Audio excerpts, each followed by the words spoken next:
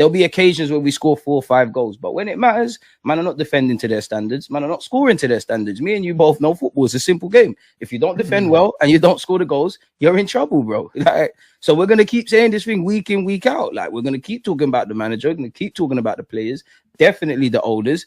This is what we do, man. Like, it is what it is. Soft underbellies, bro. Soft. Yeah, bro. And that's that. I've seen that more so as an accusation for your skipper, bro. Like, would you stand on that? Because people been getting onto him recently. Do you know what I'm saying? Like, more often than not. Obviously, your captain's kind of supposed to be a talisman, but also, rightly or wrongly, Arsenal fans kind of labeled him as your creative spark, bro. And the spark is just not taking at the moment.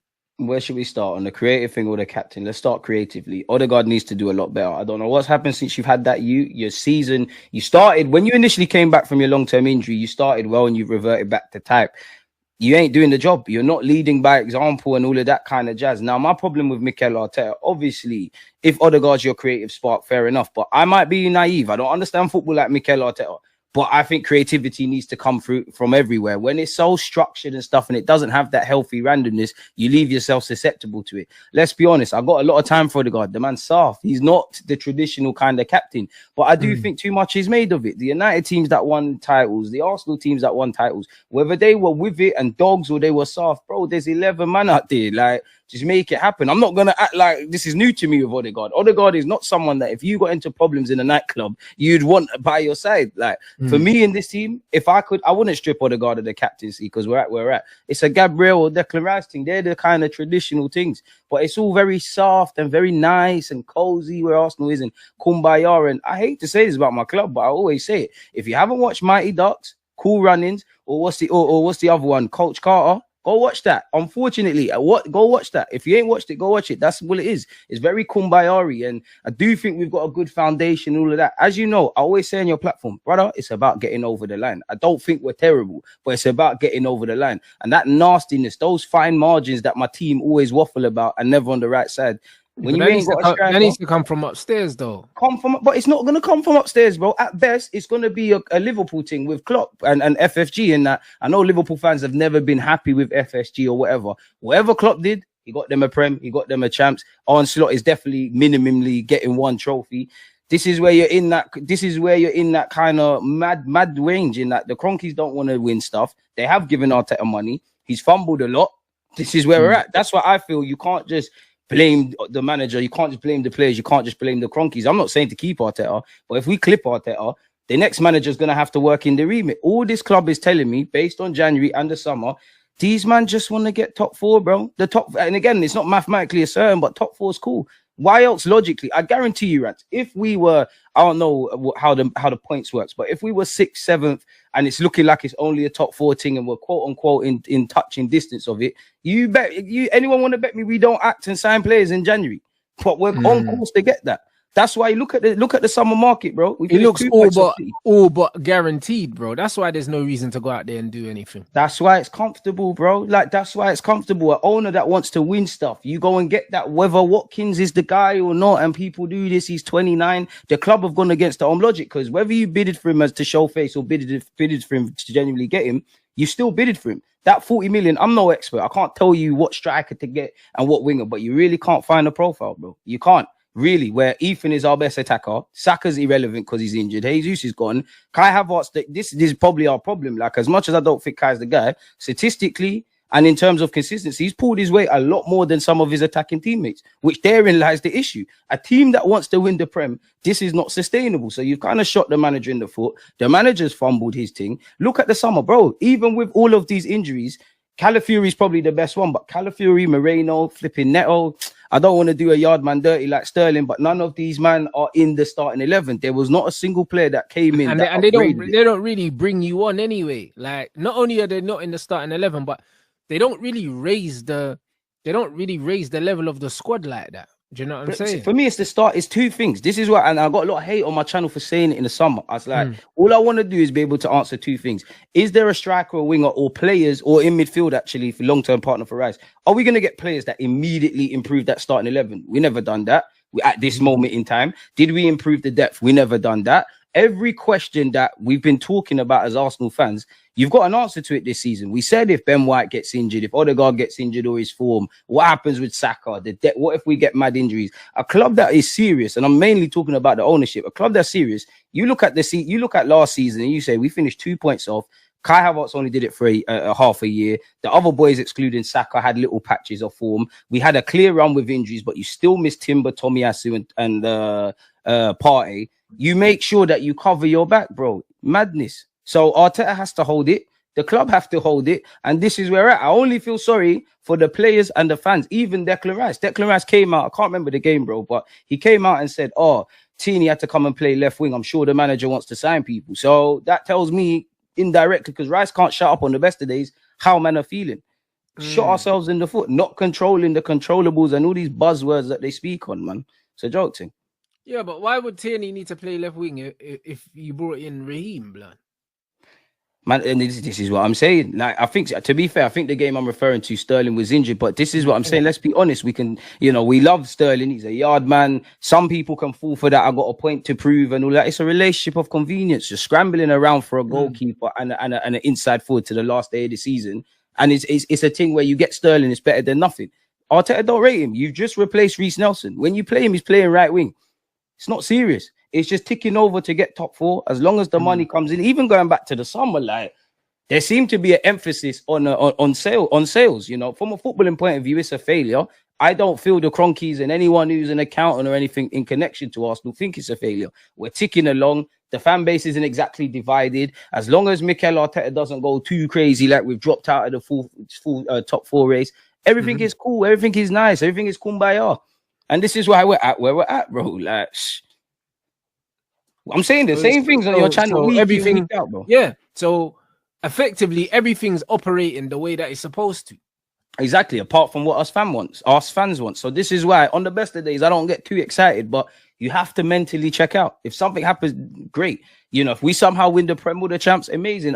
Like any fan, like if United were in this position, of course you want to be wrong and win trophies, but it's a fallacy, man. And especially when you know yourself, we've seen our teams win trophies. You need to be able to answer questions. You need to look at things harsher. I don't want to look at it for the sake of it. You ain't got a striker. You ain't got a striker. You ain't sorted out midfield. You don't, mainly the depth. Because it's all fun and games when you got one game a week and Arsenal fans want to do this. Oh, is it going to be White or Timber? You see, when you get into three games every 10 days, twice a week, the fixture calendar list is unforgiving, man. And this is why we're at where we're at. And I don't know whether I think Arteta's fumbled certain things and then the board, because this I think he fucked up the summer with the money he had.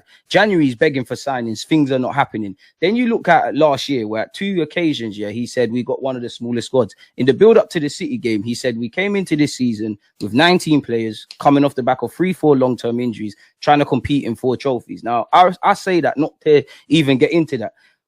Does the maths? It doesn't. Like, and even Arsenal fans, they want to do this competing thing, but they don't understand what it takes to get over there. Like, it's an idiot thing. And this is why I think you can't just do this whole blaming Arteta thing, even though I do think he has to be held accountable. There's a lot of people that will gas up Arteta to the high heavens and do everything but blame the man. Then you have to look at the recruitment. Like, bro, January, we've got a what do you call it? A summer intern, essentially, in Jason Ito. When you're seeing the rhetoric from the mouthpieces of the Ornsteins and whatnot, he's doing a good job. What good job are you doing? Maybe I'm wrong, Rants. Have you seen players sign new deals? You see anyone come in? That just tells me you're on what they're telling you to be on and you're cool. Everything is nice, bro. You man don't want to win stuff. Like, you don't. Yeah, bro. Yeah. But then, so what do you see happening then, bro? Do you know what I mean? Nothing. It's just going to be the same old thing. Forward. Because I remember our brother, our brother dropped a message in my chat yesterday, and he was like, he might even have been an Arsenal fan, but he was like, yo, blood, how long's a manager's apprenticeship, blood? You know them way there, because bro, this is what season 6. Oh, he's not like they've struck gold. I can never compare Mikel Arteta to Arsene Wenger, but they've struck gold. He's going to be the long-term guy. He's going to get you top 4. Let's be honest, it's a relationship of convenience. He gets to learn his craft as a manager without any real pressure beyond the obvious. They're getting their balance sheet. It's going as long as it can. And even that, I don't really care if Arteta stays or goes, really, because I can't guarantee getting a new manager brings success. Neither am I going to say just keep persisting, because how long does it go with that? What I would say is the ownership don't want to be winners. That's where Arteta fumbled. I can't sit here and blame the Cronkies as to why Arteta didn't win that trophy last year. Because when money has been available to you, you haven't done it. And as much as I think these owners, quite frankly, need to fuck off, if they sit here and say, oh, DG, you know what? Yeah, I hear what you're saying. You might not like us, but we've broken our transfer record. We've allowed them to sign goalkeeper and left back galore. We've allowed them to sign Moreno and do all of these things. It's his business. Like, it's his business. You look at the correlation between none of the issues that we are talking about now and this season. We found them out this year. Depth, we've been knowing. Injuries, we've been knowing. Relying on Saka, we've been knowing. Man that put the ball in the back of the net, we've been knowing. But this is the thing. Arsenal fans want to sit here and tell you, oh, we got 90-odd goals. We're second top goal scorers in the Prem. That's great. For someone like me that's balanced, that tells me there's a good base. But when you get beneath that, brother, it's Saka. Other men are gonna, when we thump up teams 3-4-0, they're gonna get goals and they're gonna chip in here and there. But you're lying to yourself. No one's gonna do the duration of the 38-game calendar. As you know yourself, Rants, when you want to win leagues, man need to know strikers getting this, wingers getting that. Something happens. Even if we had a man that's given 50% of Saka, and when they sit here, these PR dons, and they come out and say, oh, market opportunity, no one's available. It sounds great, but a lot of fans are sheep. Can you really not find someone to the point where Saka's one thing? Young Ethan, he's 17, bro, and we've got the most faith in him. If you get to at that point, it's incompetence. This is why I'm saying, bro, for me, love my club. We'll enjoy the slappings of City and what we're doing in the top six. We'll hold my L's when it goes left. I know we're not serious. Like, we're not. You're not. Because you don't behave like this. I know I sound like I got all the answers and I'm just an armchair expert, but man, seeing this movie, bro, like, yeah, and the thing is, you man are seeing this movie on repeat every single year, fam. Every single year. This is just what it is, bro. Like, and it's not even a thing where man could turn around and say, is he or isn't he a good manager? It's not even about that now, bro. It's over the line, bro. Can man get you over the line? That's it. That's it, bro. Like, everything else that he's done up to this point, unfortunately, it doesn't matter anymore, bro. Because you exactly when it's crunch time, respectfully, Arteta and the players, I love you lot, but you're not doing it. Like, it doesn't. The winners win, the losers explain, bro. Like, it's that. And again, I don't know if this comment's misunderstood me. I am on getting a new manager if you can. Likewise, I'm not going to cry if Arteta stays. I can't guarantee either. What I do know is the ownership, but there's no long-term success. I genuinely, obviously, there's an alternative world to what I'm about to say, yeah, and that it will make sense in a second. In that, if we won the league, maybe Nico Williams says, you know what, I want to join. Sesko, I want to join. But I genuinely think if we won the league last year, then man would have still had the same summer. Man don't want to be winners from top to bottom. Like, it's accountants, and I've got nothing against lawyers and accountants, because there's people that probably watch your channel that are lawyers and accountants, but they're footballing people. As long as the balance sheet balances, the merch is going to keep coming out. We're going to keep talking about the same things. Man, have to fluke a trophy if we want that. It's as simple as that. No, so 100%. It is what it is. Because the thing is, there's nothing that Arsenal can do differently to ensure nothing with the same coach, because money's been spent.